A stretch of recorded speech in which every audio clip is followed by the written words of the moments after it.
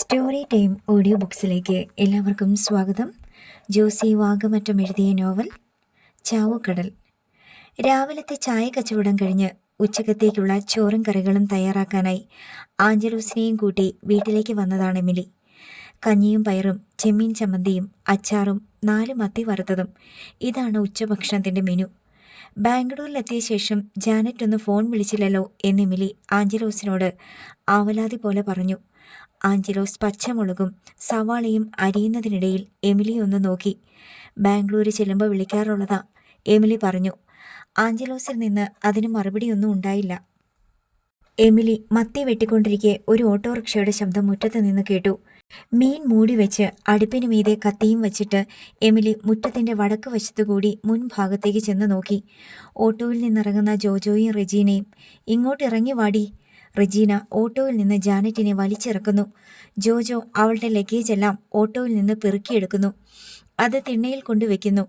ഓട്ടോക്കാരന് കൂലി കൊടുത്തയക്കുന്നു. ജാനറ്റ് നാട്ടി നിർത്തിയ ഒരു ശവം പോലെ നിൽക്കുന്നു. ഈ കാണുന്നതെല്ലാം സത്യമോ ദുസ്വപ്നമോ എന്നറിയാതെ എമിലി സ്തംഭിച്ചു നിന്നുപോയി. ഇന്നലെ ബാംഗ്ലൂരിലോട്ട് കയറ്റിവിട്ട മകൾ തിരിച്ചു വന്നിരിക്കുന്നു. ഇതെങ്ങനെ സംഭവിച്ചു? ചേച്ചി എങ്ങോട്ട് വന്നേ? റെജീന വിളിച്ചപ്പോൾ എമിലിക്ക് താൻ എമിലിയാണെന്നും ഭൂമിയിൽ തന്നെയുണ്ടെന്നും ബോധ്യമായി. അവൾ റെജീനയ്ക്കടുത്തേക്ക് ചെന്നു. നമ്മൾ ഇവളെ ബാംഗ്ലൂർ വിട്ടത് നേഴ്സിംഗ് പഠിക്കാനല്ലേ? അവൾ അവിടെ അത് പഠിച്ചുകൊണ്ടിരിക്കുകയാണെന്നല്ലേ നമ്മുടെ വിചാരം? എന്നാൽ അവൾ അതല്ല പഠിക്കുന്നേ, അവൾ പ്രേമിക്കാനാ പഠിക്കുന്നേ. എമിലി ഒരു വിഡ്ഢിയെപ്പോലെ ജാനറ്റിനെയും റെജീനയെയും മാറി മാറി നോക്കി.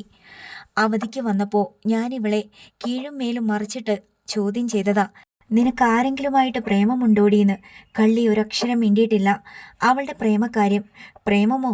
അതെന്താ സാധനം? ചക്കയോ മാങ്ങയോ എന്ന മട്ടിലായിരുന്നു അവളുടെ നോട്ടവും ഭാവവും. എമിലിക്കിപ്പോഴും കാര്യം മനസ്സിലായില്ല. എമിലിയും മകളെ കുറേ ഗുണദോഷിച്ചതാണ്. ഇപ്പോഴും റെജീനയ്ക്കും ജോജോയ്ക്കും എന്തോ തെറ്റിദ്ധാരണ ഉണ്ടായി എന്നായിരുന്നു എമിലിയുടെ തോന്നൽ. ചേച്ചിക്കറിയോ, ഇവിടെ നിന്ന് ജനറൽ കമ്പാർട്ട്മെൻറ്റിൽ കയറിപ്പോയ ഇവളെ പിന്നെ കാണുന്നത് റിസർവേഷൻ കമ്പാർട്ട്മെൻറ്റിലാ. ജോജോ സംഭവം വിശദീകരിച്ചു. എറണാകുളത്ത് വെച്ച് ഇവൾ ജനറൽ കമ്പാർട്ട്മെൻറ്റിൽ നിന്നിറങ്ങി. റെജീന സംശയം പറഞ്ഞത് വെച്ച് ഞാനും കയറിയിട്ടുണ്ടായിരുന്നു തൊട്ടടുത്ത ബോഗിയിൽ. പക്ഷേ എറണാകുളത്ത് ഇവൾ ഏത് ബോഗിയിലാണ് കയറിയതെന്ന് എനിക്ക് കാണാൻ പറ്റിയില്ല. ട്രെയിൻ മുഴുവൻ തെരഞ്ഞു നടന്നിട്ടാ രാത്രി ഇവൾ ഇരുന്ന സ്ഥലം കണ്ടുപിടിക്കാൻ പറ്റിയത്. എമിലി മകളെ നോക്കി. ഒരു ചലനവുമില്ല. കീഴോട്ട് നോക്കി പ്രതിമ പോലെ നിൽക്കുന്നു. എവിടെയായിരുന്നെന്നറിയണ്ടേ? റെജീന ആത്മരോഷത്തോടെ ചോദിച്ചു. ഒരു പുതപ്പിന് കീഴിൽ ഏതോ ഒരു ചെറുക്കനെ കെട്ടിപ്പിടിച്ച് അവൻ്റെ മടിയിൽ കിടക്കുന്നു. ബാക്കി ചേച്ചിയോട് പറയാൻ കൊള്ളാത്തതുകൊണ്ടാ പറയാത്തത്. റെജീന നിർത്തി. എമിലി തീ പിടിച്ച പോലെയാണ് ജാനറ്റിൻ്റെ മുൻപിലേക്ക് വന്നത്. മീൻ നാർന്ന കൈകൊണ്ട് തലങ്ങും വിലങ്ങും തല്ലി. മുഖത്തും കഴുത്തിലും തലയ്ക്കും ചുമലിനും കയ്യിലുമെല്ലാം. ആ കോപാധിക്യത്തിന് തിരികൊളുത്തിയ റെജീന തന്നെ വേണ്ടി വന്നു എമിലിയെ പിടിച്ചു മാറ്റാൻ. തൻ്റെ ദേഹത്ത് എവിടെയെങ്കിലും ഒരടിയെങ്കിലും കൊണ്ടതായി ജാനറ്റിന് തോന്നിയില്ല.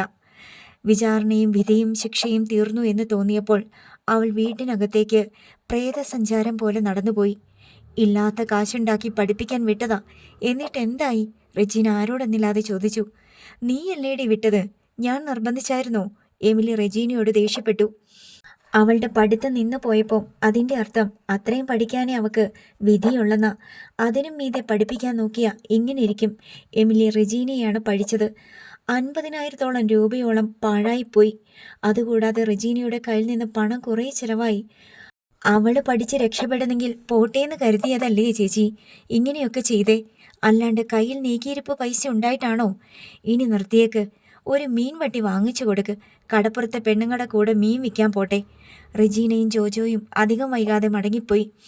എമിലി ആഞ്ചലോസിനോട് മകളെ പറ്റിയുള്ള സങ്കടകഥ പറഞ്ഞു. അയാളെല്ലാം മൂളി മൂളി കേട്ടു. ഇനി അവളെ പഠിക്കാൻ വിടുന്നില്ല എന്ന് എമിലി പറഞ്ഞപ്പോൾ ആഞ്ചലോസും വിടണ്ട എന്ന് തന്നെ പറഞ്ഞു. മറ്റെന്തെങ്കിലും ഒരു മറുപടിയായിരുന്നു എമിലി പ്രതീക്ഷിച്ചത്. ജാനറ്റ് മുറിയുടെ കോണിൽ വെറും നിലത്ത് ചുമരും ചാരി ഒരു പനപ്പാവയെ പോലെ ഇരുന്നു. തൻ്റെ നേഴ്സിംഗ് പഠനം അവസാനിച്ചു എന്ന് അവൾക്ക് മനസ്സിലായി. അത്ര വലിയൊരടി അവൾ ദുസ്വപ്നത്തിൽ പോലും കണ്ടിട്ടില്ല. അതിനേക്കാൾ വലുതായ ഒരടിയും ഇനി കിട്ടാനില്ല. തന്നെ എല്ലാവരും കൂടി ഒരു തടവറയ്ക്കുള്ളിൽ അടച്ചുവെന്ന് അവൾ കരുതി. ഇനി പുറം ലോകം കാണുകയില്ല താൻ. പ്രേമിക്കുന്നത് അത്ര വലിയ തെറ്റാണോ എന്നവൾ ആലോചിച്ചു കൊണ്ടിരുന്നു. ലോകത്ത് അനേകം പേർ പ്രേമിച്ചു കൊണ്ടിരിക്കുന്നു. അവൾ പഠിക്കുന്ന നേഴ്സിംഗ് കോളേജിൽ തന്നെ 90% പേരും പ്രണയത്തിലാണ്. അവരെല്ലാം കല്യാണം കഴിക്കുമോ എന്ന് നിശ്ചയമില്ല. ഈ ലോകത്ത് പ്രണയിച്ച് കല്യാണം കഴിച്ചവരേക്കാൾ എത്രയോ 1000 ഇരട്ടിയാണ് പ്രണയിച്ചിട്ടും കല്യാണം കഴിക്കാൻ സാധിക്കാതെ പോയവർ. എന്നിട്ടും ആണും പെണ്ണും പ്രേമിച്ചുകൊണ്ടേയിരിക്കുന്നു. പ്രണയിച്ചാൽ മാത്രമേ അത് വിവാഹത്തിലെത്തുമോ ഇല്ലയോ എന്ന് നിശ്ചയിക്കാൻ പറ്റൂ. പ്രണയത്തിൻ്റെ ആഴവും ദാർഢ്യവും എത്രയുണ്ടോ അതുപോലിരിക്കും പ്രണയത്തിൻ്റെ വിജയവും. എത്ര ചിന്തിച്ചിട്ടും തൻ്റെ പ്രണയം തെറ്റായിരുന്നെന്ന് കാണാൻ ജാനറ്റിന് കഴിഞ്ഞില്ല. എല്ലാവരും പ്രണയത്തെ പ്രകീർത്തിക്കുന്നു. പ്രണയിതാക്കളുടെ ദിനമായ വാലന്റൈൻസ് ഡേ പോലും വമ്പിച്ച പ്രാധാന്യത്തോടെ ആഘോഷിക്കപ്പെടുന്നു. ഭൂരിപക്ഷം സിനിമകളിലും ഒരു പ്രണയമെങ്കിലും ഉണ്ടായിരിക്കും. ലോകത്തെ ഏറ്റവും കൂടുതൽ എഴുതപ്പെട്ടിട്ടുള്ളതും വായിക്കപ്പെട്ടിട്ടുള്ളതും പ്രണയകഥകളാണ്. നാടകത്തിലും നൃത്തത്തിലും സംഗീതത്തിലും പുരാണങ്ങളിലും ഇതിഹാസങ്ങളിലുമെല്ലാം എല്ലായിടത്തും പ്രണയമുണ്ട്. പക്ഷേ വീട്ടിലെ പെങ്ങൾ അല്ലെങ്കിൽ മകൾ പ്രണയിക്കാൻ പാടില്ല. അതാലോചിച്ചപ്പോൾ ഇവരെയെല്ലാം ഒരു പാഠം പഠിപ്പിക്കാൻ വേണ്ടി ചത്തുകളയണമെന്ന് ജാനറ്റ് വിചാരിച്ചു. ഈ നാശം പിടിച്ച മനുഷ്യർക്ക് മാത്രമേയുള്ളൂ പ്രണയത്തിനു മീതെ ഇത്രമേൽ കർശനമായ നിയന്ത്രണങ്ങളും വിലക്കുകളും. ആകാശത്തിലെ പറവകൾക്ക് പ്രായപൂർത്തിയാകുമ്പോൾ തൻ്റെ ഇണയെ തേടി പിടിച്ച് യഥേഷ്ടം പ്രേമിക്കാം. ഭൂമിയിൽ എഴിയുന്ന സർപ്പങ്ങൾക്ക് അതിൻ്റെ ഇണനാഗത്തിനൊപ്പം ഏതു മാളത്തിലേക്കും കയറിപ്പോകാം. പൂച്ചയ്ക്കും പട്ടിക്കും പന്നിക്കും ഭൂമിയിലെ സകല ജന്തുവർഗങ്ങൾക്കും ഇണയെ സ്വമേധയെ തിരഞ്ഞെടുക്കാം. പൂമ്പാറ്റകൾക്കും പ്രാണികൾക്കും ഷഡ്പദങ്ങൾക്കും ക്ഷുദ്രജീവികൾക്കും യഥേഷ്ടം ഇണയിടാം. ജലാശയങ്ങളുടെ മത്സ്യങ്ങൾക്കും മറ്റു കോടാനുകോടി സമുദ്രജീവികൾക്കും പ്രകൃതി എല്ലാ സ്വാതന്ത്ര്യവും അനുവദിച്ചിട്ടുണ്ട്. വൃക്ഷലതാദികളെപ്പോലും വംശവർദ്ധനവിനായി പ്രകൃതി കൂട്ടിയിണക്കുന്നുണ്ട്. മനുഷ്യൻ മാത്രം പ്രകൃതി വിരുദ്ധൻ. ജാനറ്റിൻ്റെ ചിന്തകൾ കാട് കയറി എവിടെയൊക്കെയോ അലഞ്ഞു. നേഴ്സിംഗ് പഠനവും പ്രേമവും രണ്ടും രണ്ട് വിഷയങ്ങളാണ്. രണ്ടും തമ്മിൽ ഒരിക്കലും കൂട്ടിക്കുഴയ്ക്കാൻ പാടില്ല. പ്രേമിച്ചു എന്ന് വെച്ച് നേഴ്സിംഗ് പഠിക്കാതിരിക്കണമെന്നില്ല. നേഴ്സിംഗ് പഠിക്കുന്നു എന്ന് വെച്ച് പ്രേമിക്കരുത് എന്നുമില്ല. ഒടുവിൽ അവൾ ആ ചിന്തയിൽ ഉറച്ചു നിന്നു. നേഴ്സിംഗ് പഠിക്കാൻ വിടുന്നില്ലെങ്കിൽ മരിച്ചു കളയണമെന്ന് തന്നെ അവൾ നിശ്ചയിച്ചുറപ്പിച്ചു. അതിനു മുമ്പ് മാത്തുക്കുട്ടിക്കും ഒരവസരം കൊടുക്കണം. അവനും തൻ്റെ കാര്യത്തിൽ ഉത്തരവാദിത്തമുണ്ട്. തന്നെ സ്നേഹിക്കുന്നത് പോലെ ഈ ലോകത്ത് മറ്റാരെയും സ്നേഹിക്കുന്നില്ലെന്നും ഇനി സ്നേഹിക്കുകയില്ലെന്നും വാക്കു പറഞ്ഞവനാണ്. താൻ കൂടെയില്ലെങ്കിൽ ജീവിതമില്ലെന്ന് ശപഥം ചെയ്തവനാണ്. നേഴ്സിംഗ് പഠനം കഴിഞ്ഞാലുടനെ തന്നെ കല്യാണം കഴിക്കുമെന്ന വാഗ്ദാനം എല്ലാറ്റിനും മീതെ നിൽക്കുന്നു. ജാനറ്റ് അല്പം കാത്തിരിക്കാൻ തന്നെ തീരുമാനിച്ചു. ഉച്ചയ്ക്കത്തേക്കുള്ള കഞ്ഞിയും കറിയും ചായക്കടയിൽ എത്താഞ്ഞ് കുഞ്ഞന വന്ന് തിരക്കിയപ്പോൾ എമിലി പിൻവരാന്തയിൽ തളർന്നും കൺപീലികൾ നനഞ്ഞും ഒരേ ഇരിപ്പാണ്. കഞ്ഞിയും മറ്റ് ഉപദംശങ്ങളും ശരിയായിട്ടില്ല. എമിലിയിൽ നിന്ന് നിർദ്ദേശമൊന്നും കിട്ടാഞ്ഞതിനാൽ ആഞ്ചലോസും ഒന്നും ചെയ്തിട്ടില്ല. നിനക്ക് എന്നാ പറ്റിയടി എമിലി? കുഞ്ഞന ആരാഞ്ഞു. അമ്മ അകത്താട്ട് കയറി നോക്കിയാട്ട്. കുഞ്ഞന പുരയ്ക്കകത്ത് കയറി നോക്കി. ജാനറ്റ് അവിടെ ചുമരും ചാരി ഇരിക്കുന്നത് കണ്ട കുഞ്ഞന അന്തം വിട്ടു. ഇന്നലെ ട്രെയിനേ കയറി ബാംഗ്ലൂരിന് പോയ പെങ്കൊച്ച്. കുഞ്ഞന താടി കീഴെ കൈപ്പത്തി ഊന്നി നിന്നുപോയി. വൈകുന്നേരം ഡെന്നിച്ചൻ അത്യത്ഭുതകരമായൊരു വാർത്തയും കൊണ്ടാണ് വീട്ടിലേക്ക് കയറി വന്നത്. ആരോ ചത്ത വീട് പോലെ എന്ന് തോന്നിക്കുന്ന നിശ്ചലാവസ്ഥയോ ബാംഗ്ലൂരിന് പോയ ചേച്ചി അവിടെ ചുരുണ്ടിക്കൂടി കിടക്കുന്നതോ ഒന്നും അവനെ സ്പർശിച്ചില്ല. അമ്മ വന്ന പാടെ അവൻ എമിലിയെ വിളിച്ചു. പിൻവരാന്തയിലിരുന്ന എമിലി ഒരു തണുത്ത നോട്ടത്തോടെ ആ വിളിയെ എതിരേറ്റു. അമ്മ, ശൗര്യക്കുട്ടീനെ കണ്ടെന്ന്. വലയിൽ കുടുങ്ങിയ മീൻ പിടഞ്ഞു പൊങ്ങിയ പോലെ എമിലി അരനിമിഷം കൊണ്ട് കുത്തനെ നിവർന്നു. ആര് പറഞ്ഞ്? ജാനറ്റും അവളുടെ പ്രശ്നങ്ങളും ആ വീടും അതിലെ അംഗങ്ങളും ചെല്ലിക്കടപ്പുറവും എല്ലാം അവളുടെ ആ ചോദ്യത്തിനു മുന്നിൽ നിഷ്പ്രഭമായി. തോട്ടപ്പള്ളിയിൽ നിന്ന് പോയ അർജുന എന്ന ഫിഷിംഗ് ബോട്ടിലെ മത്സ്യത്തൊഴിലാളികൾ ഒരാളാണ് ശൗര്യക്കുട്ടിയെ കണ്ടതായി പറഞ്ഞത്. അയാൾ പറഞ്ഞതാകട്ടെ മരിയോ ഗൊരോത്തയിലെ സിൽവിയനോടും. ഡെന്നിച്ചൻ പറഞ്ഞു തീരും വരെ എമിലി ശ്വാസം എടുത്തില്ല. ആന്ധ്രാക്കാരുടെ ഒരു വലിയ ബോട്ടിൻ്റെ മേളിൽ നിൽക്കണ കണ്ടെന്നാ പറഞ്ഞത്. കണ്ടയാള് എടാ ശൗരിയെ എന്ന് ഉറക്കെ വിളിച്ചെന്ന് പറയണ്. അപ്പോൾ ശൗരി വായി വിരലിട്ട് വിസിലടിച്ചെന്ന്. എന്നിട്ട് എമിലിയുടെ ഹൃദയം വീർത്ത് പൊട്ടുമെന്നായി. ആന്ധ്രക്കാരുടെ ബോട്ട് കാരിയർ വള്ളത്തിലോട്ട് മീൻ കയറ്റുമ്പോളാ തോട്ടപ്പള്ളിക്കാരൻ നിൽക്കാണ്ട് പോന്നില്ലേ. അവർക്കറിയില്ലല്ലോ ശൗരിക്കുട്ടിയെന്ന് വെച്ച ആരാണെന്ന്. കണ്ടയാൾ പിന്നെ പറഞ്ഞു കൊടുത്തപ്പോഴാ ബോട്ടിലുള്ളവർക്ക് പിടികിട്ടിയത്. അപ്പോഴേക്ക് അവർ പോന്നില്ലേ. ഡെന്നിച്ചൻ വിശദീകരിച്ചു. ഇതൊക്കെ സത്യമാണോടാ? എനിക്കറിഞ്ഞൂടാ, കടപ്പുറത്തൊക്കെ പറയണ്. എമിലി സ്തംഭിച്ച് നിൽക്കുകയാണ്. കടപ്പുറത്തേക്ക് പായണോ, തോട്ടപ്പള്ളിക്ക് പോണോ, അതോ ആന്ധ്രക്കാരുടെ ഫിഷിംഗ് ബോട്ട് തേടി കടലിലേക്ക് പോണോ, അതുമല്ലെങ്കിൽ ആന്ധ്രയുടെ കടപ്പുറങ്ങളിലേക്ക് പോകണോ? ഏതാണ് ആദ്യം വേണ്ടതെന്ന് അവൾക്കറിയില്ല. വെറുതെ പറയണതാണോന്നൊന്നും അറിഞ്ഞൂടാ. എല്ലാറ്റിനും മീതെ ഡെന്നിച്ചൻ ഒരു മുള്ളാണിയും കൂടി അടിച്ചു കയറ്റി. വാർത്ത കാരക്കാട്ട് സൈമൺ തരകന്റെ ചെവിയിലുമെത്തി. പിന്നെ ഒരു നിമിഷം ഇരിക്കപ്പുറതിയില്ലാതെ അയാൾ കാറെടുത്ത് തോട്ടപ്പള്ളിക്ക് വാഞ്ഞു. എമിലി സിൽവിയനെ തേടി കടപ്പുറം മുഴുവൻ നടന്നു. മരിയ ഗോരോത്തെ കടപ്പുറത്ത് വെയിലും കാഞ്ഞു കിടപ്പുണ്ട്. പക്ഷേ വള്ളക്കാരാരുമില്ല. സിൽവിയൻ എവിടെ പോയെന്ന് എമിലി പലരോടും അന്വേഷിച്ചു. വേണമെങ്കിൽ കള്ളുഷാപ്പിലൊന്ന് നോക്കിക്കോ, അമ്പാടി വള്ളത്തിലെ തൊഴിലാളിയായ ക്ലീറ്റസ് എമിലിയോട് പറഞ്ഞു. എമിലിക്ക് അതിനും മടിയൊന്നുമില്ലായിരുന്നു. അവൾ കള്ളുഷാപ്പിലെത്തി ഡെസ്കും ബെഞ്ചും നിരന്ന ഓലമേഞ്ഞ മുറികളിൽ കയറി ഇറങ്ങി നോക്കി. ഡെസ്കുകൾക്ക് മീതെ കള്ളുകുടങ്ങളും കുപ്പികളും കറിപ്പാത്രങ്ങളും. അവയ്ക്ക് പിന്നിൽ ലഹരി പുരണ്ട ചിരിയും പുകയുമായി കുറേ മധ്യവയസ്കരും ഇരിപ്പുണ്ടായിരുന്നു. ഒടുവിൽ ബേവാച്ച റിസോർട്ടുകാരുടെ മതിലിനപ്പുറത്തുള്ള തെങ്ങും തണലിൽ ചീട്ട് കളിച്ചുകൊണ്ടിരിക്കുന്ന സിൽവിയനെ എമിലി കണ്ടെത്തുക തന്നെ ചെയ്തു. അവൾ അല്പം മാറി നിന്ന് സിൽവിയനെ വിളിച്ചു. കളിച്ചുകൊണ്ടിരുന്ന കൈ കമഴ്ത്തി വെച്ചിട്ട് സിൽവിയൻ എഴുന്നേറ്റ് അവൾക്കരികിലേക്ക് വന്നു. എമിലിയെ സിൽവിയൻ അറിയാം. എമിലിയുടെ ചായക്കടയിൽ നിന്ന് അയാൾ ചായ കുടിച്ചിട്ടുണ്ട്. ശൗര്യക്കുട്ടിയെയും അയാൾക്ക് നല്ല പരിചയമുണ്ടായിരുന്നു. കടപ്പുറത്തൊരു സംസാരം കേട്ടല്ലോ, ശൗര്യക്കുട്ടീനെ ആന്ധ്രാക്കടലിൽ വെച്ച് കണ്ടെന്ന് എമിലി സിൽവിയനോട് ചോദിച്ചു. ആ, ഞാനും കേട്ട്. എന്നോട് പറഞ്ഞത് നമ്മുടെ അർജുന ബോട്ട് ഉണ്ടല്ലോ, തോട്ടപ്പള്ളിക്കാരുടെ, അതിൽ പണി ചെയ്യണ രാമകൃഷ്ണനാ. അയാൾ ശൗര്യക്കുട്ടീനെ ആന്ധ്രാക്കടലിൽ വെച്ച് കണ്ടെന്ന്. വെറുതെ പറഞ്ഞതാണോ അതോ സത്യമാണോ? എമിലി വീർപ്പടക്കി ചോദിച്ചു. ഞാൻ കണ്ടില്ലല്ലോ ചേച്ചിയെ, വല്ലവരും പറയണതല്ലേ. ഈ രാമകൃഷ്ണൻ എവിടെയാ താമസം? അമ്പലപ്പുഴയാണെന്ന് തോന്നണ്. എനിക്ക് ശരിക്കറിയാൻ മേല.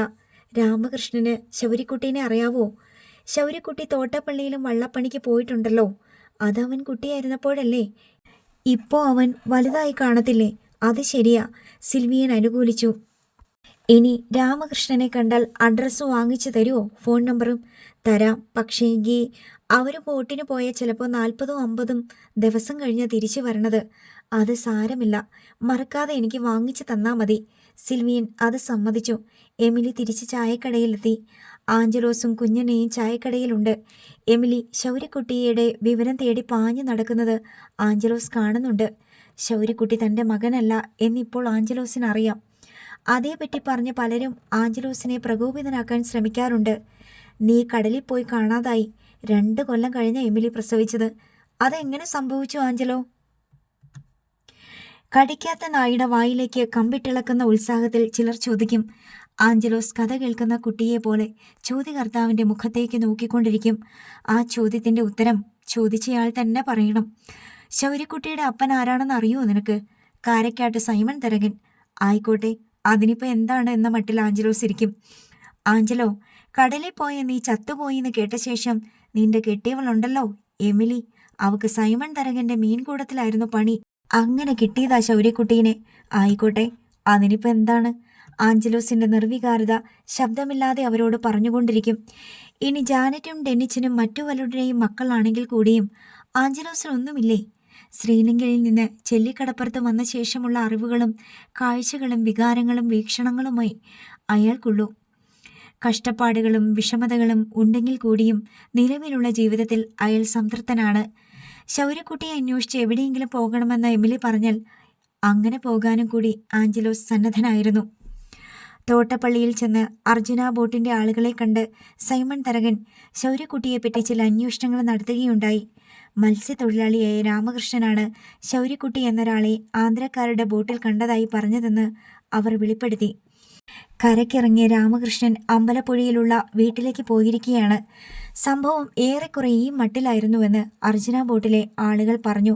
ശ്രീഹരിക്കോട്ടയ്ക്ക് സമീപത്തെ തീരക്കടലിൽ ഒരു ആന്ധ്ര ഫിഷിംഗ് ബോട്ട് കാരിയർ വള്ളത്തിലേക്ക് മീൻ കയറ്റുന്നുണ്ടായിരുന്നു. അവരുടെ മീൻ കാണാൻ വേണ്ടി അർജുന ബോട്ട് വേഗം കുറച്ച് ആന്ധ്ര ബോട്ടിനരികെ കൂടി നീങ്ങി. കുറേ മത്സ്യത്തൊഴിലാളികൾ ഒരു ചെറു കപ്പൽ പോലെ തോന്നിച്ച ആന്ധ്ര ബോട്ടിൻ്റെ ഡെക്കിൽ നിന്നുകൊണ്ട് വലയിലെ മീൻ വലിച്ചു കയറ്റുന്നുണ്ടായിരുന്നു. അർജുന ബോട്ടിൻ്റെ ഡെക്കിൽ നിന്ന രാമകൃഷ്ണൻ അവരിൽ ഒരാളെ നോക്കി ഉറക്കി എന്തോ ഒരു പേര് വിളിച്ചു. ആന്ധ്ര ബോട്ടിലെ ഡെക്കിൽ നിന്ന ഒരു മത്സ്യത്തൊഴിലാളി ഉടൻ വായിൽ വിരലിട്ട് വിസിലടിച്ചു പ്രതികരിച്ചു. ഇതിനിടയിൽ അർച്ചന ബോട്ട് മന്ദം നീങ്ങിക്കൊണ്ടിരുന്നു. മറ്റുള്ളവർ രാമകൃഷ്ണനോട് കാര്യം തിരക്കുമ്പോഴേക്കും അർച്ചന ഫിഷിംഗ് ബോട്ട് സ്പീഡെടുത്തു. വർഷങ്ങൾക്ക് മുമ്പ് കാണാതായ ഏതോ ശൗര്യക്കുട്ടിയാണ് ആ വിസിലടിച്ചതെന്ന് രാമകൃഷ്ണൻ കൂട്ടുകാരോട് പറഞ്ഞു. മറ്റുള്ളവർക്ക് അതൊരു പ്രാധാന്യമുള്ള സംഗതിയായി തോന്നിയില്ല. ആ രാമകൃഷ്ണന് തോന്നിയതായിരിക്കും. സൈമൺ തരകൻ പറഞ്ഞു. ശൗര്യയെ കാണാതായിട്ട് വർഷം എത്ര കഴിഞ്ഞു? ഇപ്പം കണ്ടാൽ തന്നെ അവനെ എങ്ങനെ തിരിച്ചറിയും? അതൊന്നും മത്സ്യത്തൊഴിലാളികൾക്ക് അറിഞ്ഞുകൂടാ. സൈമൺ തരകൻ രാമകൃഷ്ണന്റെ വീട് കണ്ടുപിടിച്ചു. സംഭവത്തെപ്പറ്റി ആരാഞ്ഞപ്പോൾ രാമകൃഷ്ണൻ പറഞ്ഞു, ആന്ധ്രാക്കാരുടെ ബോട്ടിന്റെ ഡെക്കിൽ ശൗര്യയെ പോലെ ഇരിക്കുന്ന ഒരുത്തനെ ഞാൻ കണ്ടു എന്നുള്ളത് സത്യമാ. എടാ, അവനെ കാണാതായിട്ട് 5 വർഷമാകുന്നു. 14 വയസ്സുണ്ടായിരുന്നപ്പോഴത്തെ ശൗരി നിനക്ക് എങ്ങനെ മനസ്സിലായി? 5 കൊല്ലം കൊണ്ട് അവൻ്റെ ഷേപ്പൊക്കെ മാറിക്കാണത്തില്ലടാ വിവരം കിട്ടവനെ. പക്ഷേ എനിക്ക് അവനെ പോലെ തോന്നി. എന്തായാലും മലയാളിയാ, അതുറപ്പാ. എടാ ശൗര്യക്കുട്ടിയെന്ന് ഞാൻ നീട്ടി വിളിച്ചപ്പോൾ അവൻ തിരിച്ച് വിസിലടിച്ചു. അത് അവനായതുകൊണ്ട് അല്ലേ അങ്ങനെ വിസിലടിച്ചത്? അല്ലെങ്കിൽ വിസിലടിക്കുമോ? മലയാളിയായിരിക്കും. വേറൊരു ബോട്ടിൽ നിന്നുകൊണ്ടൊരു മലയാളി മലയാളത്തിൽ വിളിച്ചു പറയുന്നത് കേട്ടിട്ട് വെറുതെ വിസിലടിച്ചതായിരിക്കും. അതൊക്കെ അങ്ങനെ ആരായാലും ചെയ്യുമല്ലോ.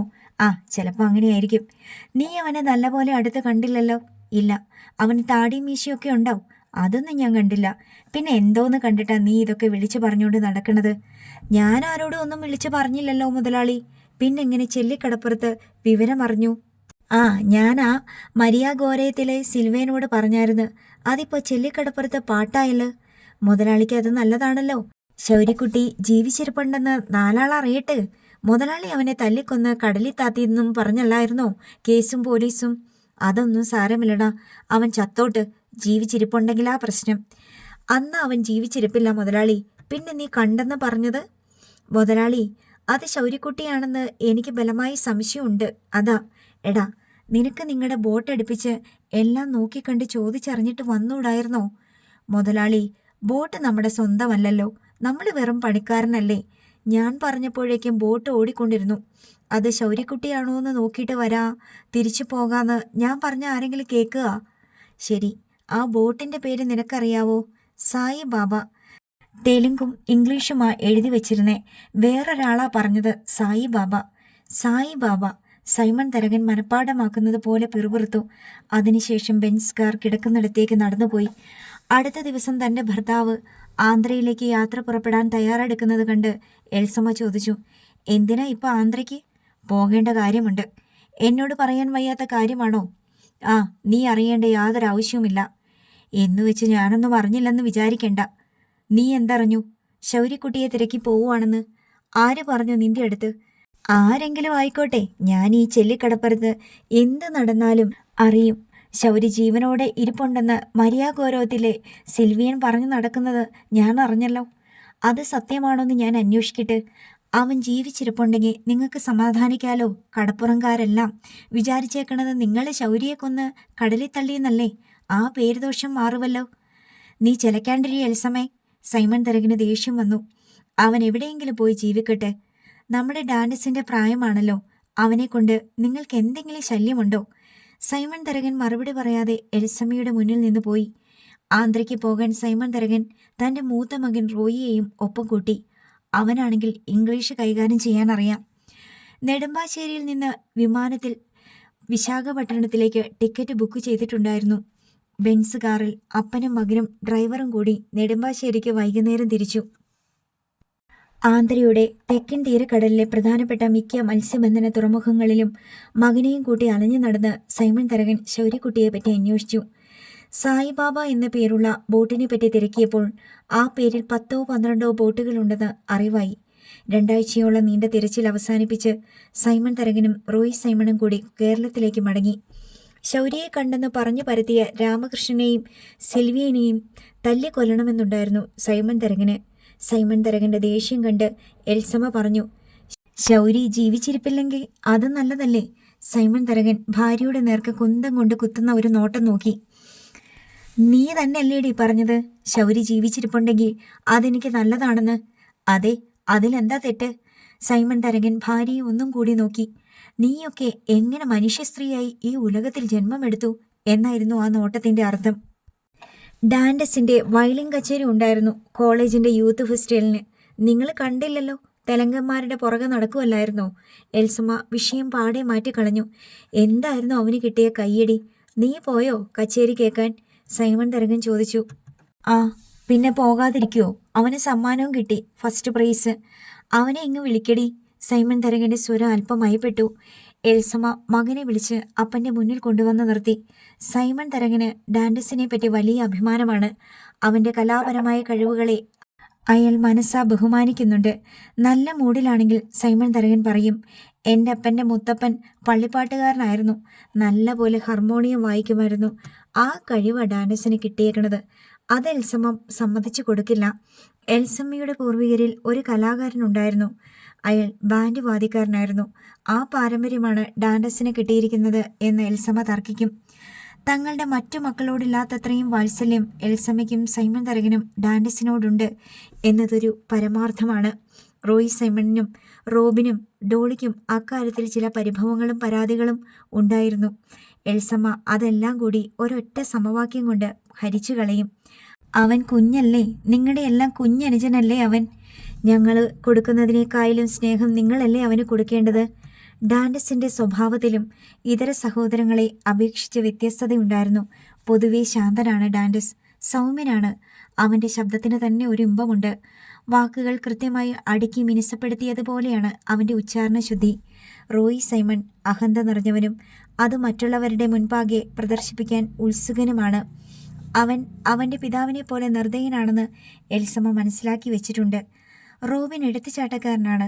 ആവശ്യമുള്ള കാര്യത്തിനും ഇല്ലാത്തതിനുമെല്ലാം അവൻ ബഹളമുണ്ടാക്കും.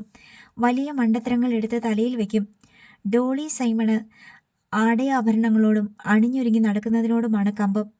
മക്കൾ പഠിച്ച് ഉന്നത നിലയിലെത്തുമെന്ന് ഒരു പ്രതീക്ഷ എൽസമ്മയ്ക്കുണ്ടായിരുന്നു.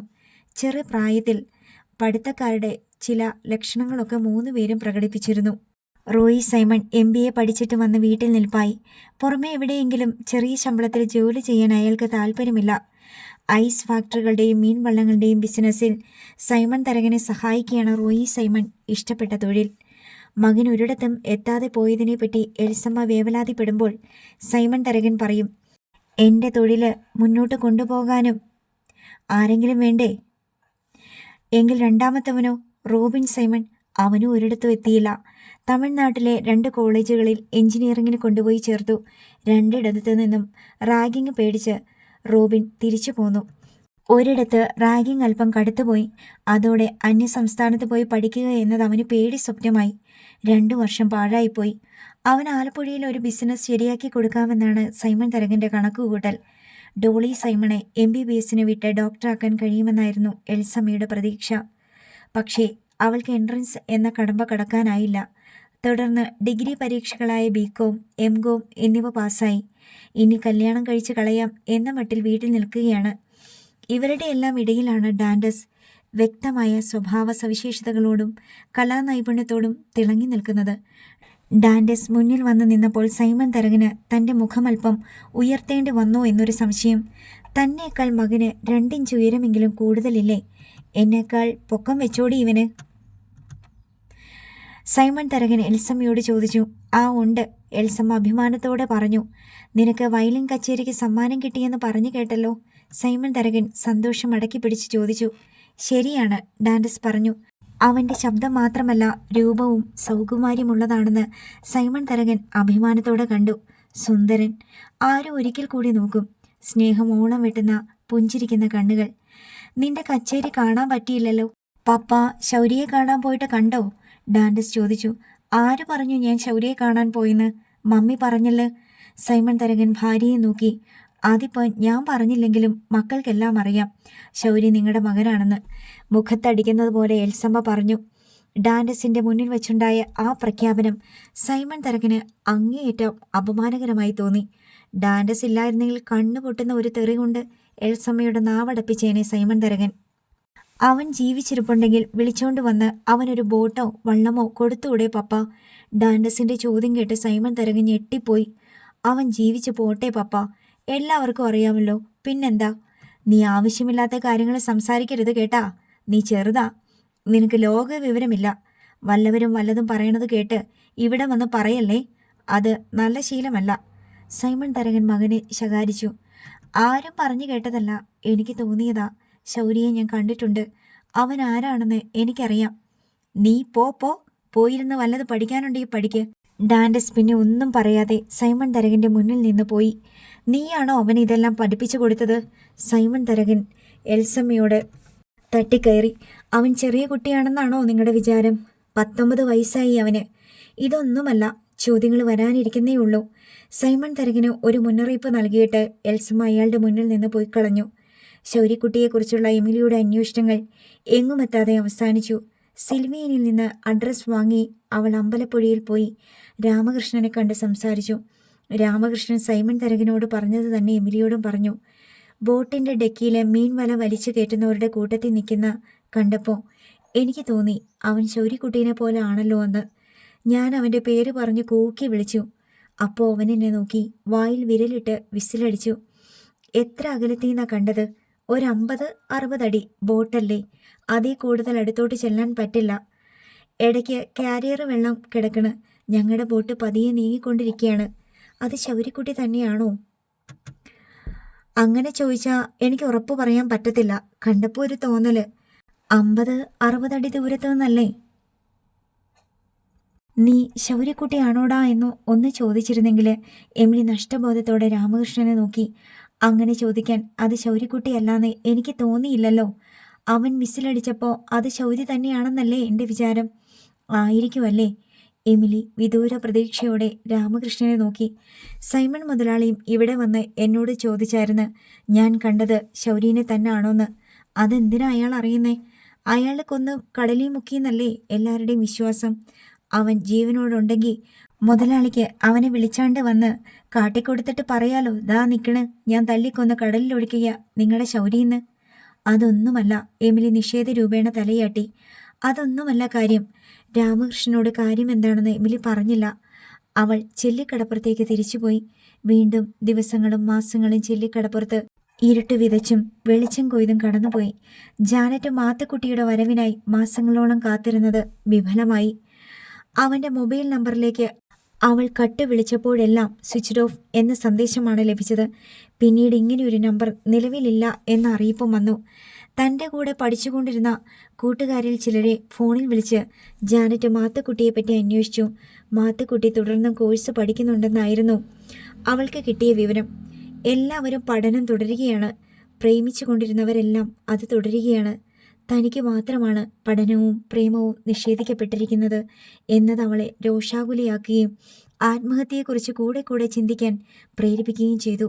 ഒരു രാത്രി അവൾ രണ്ടും കൽപ്പിച്ച് കടലിൽ ചാടി ചാവാനായി ഇറങ്ങി പുറപ്പെട്ടു. കടപ്പുറത്തെത്തിയപ്പോൾ ഇരുട്ടിൽ നിന്ന് ചില പുരുഷന്മാരുടെ ശബ്ദം കേട്ടു. ആരായത് എന്ന് ചോദിച്ചുകൊണ്ട് 2 പേർ അവളുടെ നേർക്ക് വന്നു. പ്രാണനെടുത്ത് കയ്യിൽ പിടിച്ചുകൊണ്ട് അവൾ തിരിഞ്ഞോടി. വീടിൻ്റെ തിണ്ണയിൽ ഓടിക്കയറിയിട്ട് തിരിഞ്ഞു നോക്കുമ്പോൾ 2 നിഴൽ രൂപങ്ങൾ പിന്തിരിഞ്ഞു പോകുന്നത് കണ്ടു. കിതപ്പ് കാരണം അവൾക്ക് വേണ്ടത്ര ശ്വാസം കിട്ടിയില്ല. അതുപോലൊരു പേടി മുൻപൊരിക്കലും പേടിച്ചിട്ടില്ലെന്ന് അവൾക്ക് തോന്നി.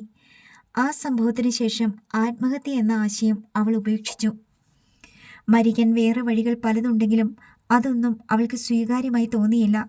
തൂങ്ങി മരിക്കുന്നതും റെയിൽപാളത്തിൽ കൊണ്ടുചെന്ന് തലവെക്കുന്നതും ഭീകരമാണെന്ന് അവൾ സങ്കല്പിച്ചു. ലോകം ക്രൂരതകളും അനീതികളും കൊണ്ട് നിറഞ്ഞിരിക്കുന്നുവെന്ന് അവൾക്ക് മനസ്സിലായി. നല്ല മനുഷ്യരെ കാണാനേയില്ല. എല്ലാവരും നിഷ്ഠൂരന്മാരാണ്, അസൂയാലുക്കളും അസഹിഷ്ണുക്കളുമാണ്. സ്വാർത്ഥതയും ദുരഭിമാനവും വിചിത്ര വിശ്വാസങ്ങളുമായി ജീവിക്കുന്ന ദുഷ്ടജീവികൾ. ജാനറ്റ് മനുഷ്യകുലത്തെ ശപിച്ചു. ചെല്ലിക്കടപ്പുറത്ത് കാതലായ മാറ്റങ്ങളൊന്നുമില്ല. ന്യൂനമർദ്ദം ശക്തിപ്പെടുമ്പോൾ കടൽ ഇടിച്ചു കയറി വരും. കുറച്ച് കര നക്കിയെടുത്ത് കൊണ്ടുപോകും, വേറെ എവിടെയെങ്കിലും കൊണ്ടുപോയി നിക്ഷേപിക്കും. എമിലിയുടെ ചായക്കട 2 തവണ കടലെടുത്തു പോയി. ഒടുവിൽ വന്ന കടലാക്രമണം രൂക്ഷമായിരുന്നു. രാത്രിയിൽ ഓർക്കാപ്പുറത്ത് ചീറിയടിച്ച കാറ്റിലും മഴയിലും തിരമാലകളിലും പെട്ട് ചായക്കട മുഴുവൻ ഒലിച്ചുപോയി. അതോടെ എമിലി ചായക്കട നിർത്തി. ആഞ്ചലോസ് വള്ളത്തിൽ നിന്ന് മീൻ വാരാൻ പോകും. ഡെന്നിച്ചൻ ഇക്കാലയളവിൽ പല വള്ളങ്ങളിൽ മാറി മാറി ജോലി ചെയ്തു. ഓരോ വർഷത്തെയും ലാഭനഷ്ടങ്ങളുടെയും വരവ് ചെലവുകളുടെയും കണക്ക് എഴുതി കൂട്ടിയാലും മനക്കണക്കിൽ നോക്കിയാലും മിച്ചം വരുന്നത് രോഗവും പട്ടിണിയും കടങ്ങളും മാത്രമായിരുന്നു. ചെല്ലിക്കടപ്പുറത്ത് നിന്നല്ല ഒരു കടപ്പുറത്തും മിക്ക ദിവസങ്ങളിലും പണിയില്ല. തീരക്കടലിൽ നിന്ന് മീനെല്ലാം ഒഴിഞ്ഞുപോയി. ചെറുവള്ളക്കാർ പോലും 10ഉം 16ഉം ഭാഗം ആഴങ്ങളിൽ അകലെ പോയിട്ടാണ് മീൻ പിടിക്കുന്നത്. ആയിരക്കണക്കിന് വള്ളങ്ങളും ഫിഷിംഗ് ബോട്ടുകളും മീൻപിടുത്ത കപ്പലുകളും കൂടി കടൽ അരിച്ചുവാരി പിടിക്കുകയാണ്. കടലിലേക്ക് പണിക്ക് പോയാൽ ആഴ്ചയിൽ ഒരു ദിവസമെങ്കിലും വള്ളം നിറയെ മീനുമായി വരാമെന്ന സ്വപ്നം പൊലിഞ്ഞു. എഞ്ചിൻ പ്രവർത്തിക്കാൻ ചെലവാക്കുന്ന മണ്ണെണ്ണ കാശിന് പോലും മീൻ കിട്ടാത്ത ദിവസങ്ങളായിരുന്നു അധികവും.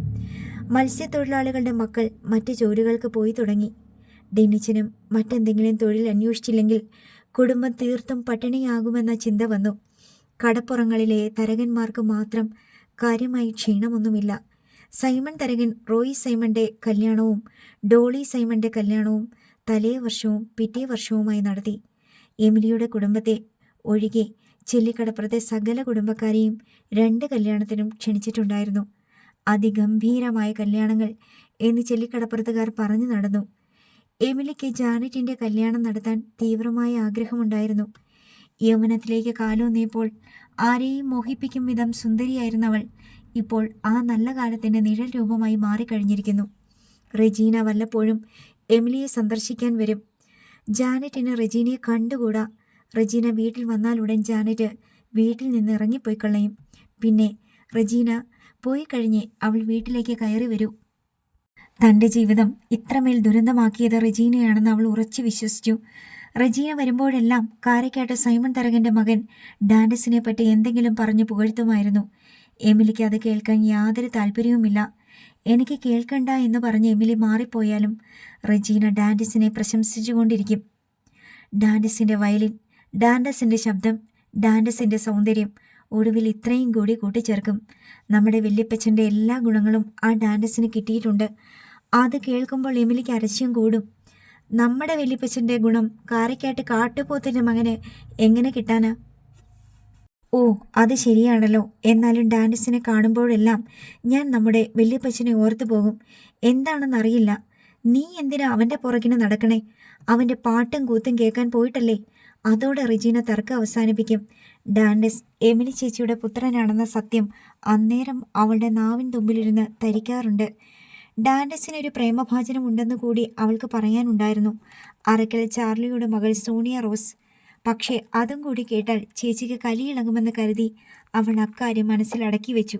എമിലി തൻ്റെ ഏകാന്തതകളിൽ കടപ്പുറത്തേക്ക് കണ്ണു നട്ട് ഭൂമിയുടെ മറുകരയിലുള്ള മറ്റേതോ ലോകത്തേക്ക് മനസ്സും നട്ടിരിക്കും. അപ്പോൾ അവൾക്ക് കാണാം ആന്ധ്ര എന്ന വൻകരയും അതിനെ തൊടുന്ന നീലസമുദ്രവും. ആ തീരക്കടലിലൂടെ ഒരു ഫിഷിംഗ് ബോട്ട് വല വിരിച്ച് മീൻ കോരി നടക്കുന്നുണ്ട്. ആ ബോട്ടിലെ പണിക്കാരിൽ ഒരാൾ ശൗര്യക്കുട്ടിയാണ്. ശൗര്യക്കുട്ടിയെ എന്നൊന്ന് ഉറക്കെ വിളിച്ചാൽ അവൻ തല തിരിച്ചു നോക്കും. വായിൽ വിരലിട്ട് വിസിലടിച്ച് ആഹ്ലാദം പ്രകടിപ്പിക്കും. ആന്ധ്രയുടെ കടൽ തീരങ്ങൾ എമിലി കണ്ടിട്ടില്ല. എങ്കിലും അവൾക്കത് മനപ്പാടമാണ്. അവിടുത്തെ കൊടുങ്കാറ്റുകളും ന്യൂനമർദ്ദങ്ങളും പേമാരിയും കടൽ ചുഴികളും കോളിളക്കങ്ങളും അവൾക്ക് തിരിച്ചറിയാൻ കഴിയും. അതിനെല്ലാറ്റിനും മീതെയാണ് ശൗര്യക്കുട്ടി സഞ്ചരിക്കുന്ന ഫിഷിംഗ് ബോട്ട് സായിബാബ. ആ ബോട്ടിന് മീതെ അടിച്ചു കയറാൻ ഒരു തിരമാലയ്ക്കും കഴിയുകയില്ല. ആ ബോട്ടിന് മീൻ കൊടുക്കാതിരിക്കാൻ ആന്ധ്ര കടലിനും സാധ്യമല്ല. ആഞ്ചലോസ് തിരിച്ചു വരുമെന്ന തൻ്റെ പ്രതീക്ഷ തെറ്റിയില്ലല്ലോ എന്നിടയ്ക്കിടെ എമിലി ഓർക്കും. ലോകത്തെല്ലാവരും ആഞ്ചലോസ് മരിച്ചുവെന്ന് വിശ്വസിച്ചിട്ടും അത് വിശ്വസിക്കാതിരുന്ന ഒരേ ഒരാൾ താൻ മാത്രമായിരുന്നു. ശൗര്യക്കുട്ടിയും തിരിച്ചു വരും. അവൾ ആ വിശ്വാസത്തിൽ തന്നെ മുറുകെ പിടിച്ചു. അടുത്ത ഭാഗം നാളെ.